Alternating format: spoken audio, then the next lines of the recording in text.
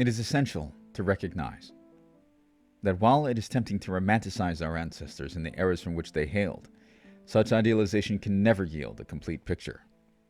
Their times were shaped by unique challenges that most of us have forgotten and will never know again, and thus lack empathy for.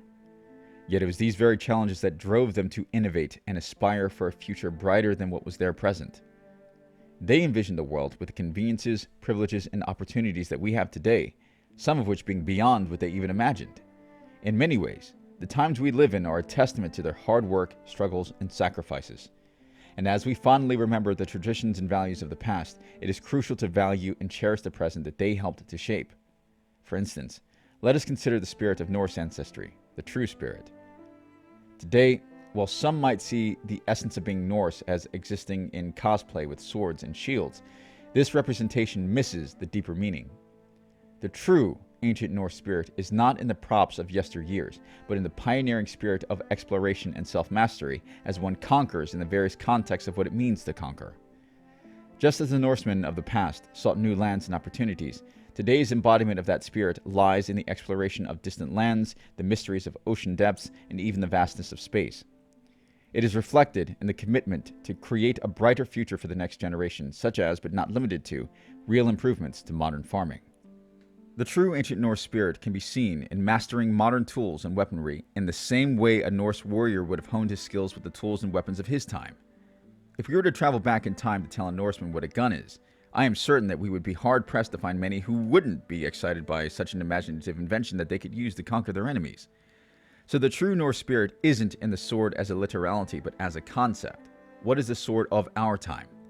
This is a stark disconnect from the roleplay enthusiasts who wish to go far back into the literality of the past, which would actually be to ungratefully reject the very gift of the present that the very same ancestors fought and died for. In that respect, the present is the gift of our ancestors bequeathed to us. Thus, it is upon us to carry their spirit into the future. You cannot truly appreciate your ancestors without appreciating the present that they sacrificed of themselves for you to have. In the midst of this reflection, it is important to address an emerging perspective. The fervor of youth, filled with the passion to correct what they perceive as the mistakes of the past, the sins of their fathers.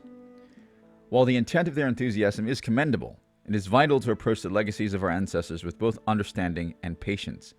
Youthful vigor devoid of wisdom can lead to unforeseen consequences.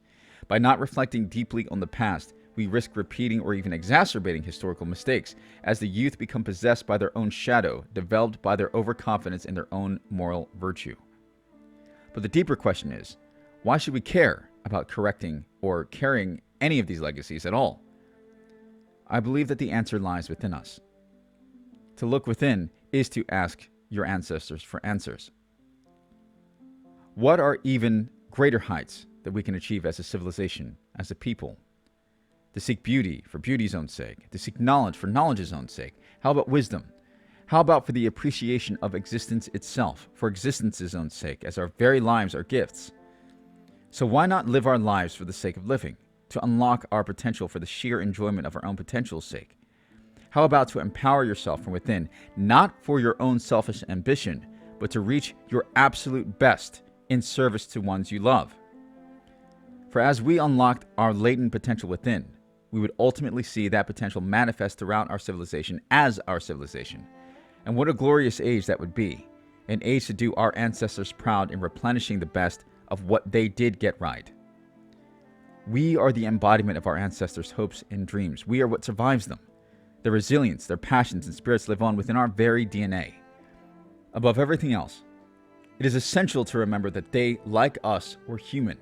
They laughed, they cried, they loved and bled in the face of adversities. And as individuals of fused bloodlines, we have the unique privilege of being free in ways that so many others are constrained. We can draw from diverse wells of strength, wisdom, and culture. The beauty of this journey lies in understanding that our very existence celebrates the harmonious convergence of worlds. We are, and will always remain, living tributes to our ancestors. No one may hear or appreciate these words for quite some time, if ever. But I'm appreciative to have had the opportunity to say them at all.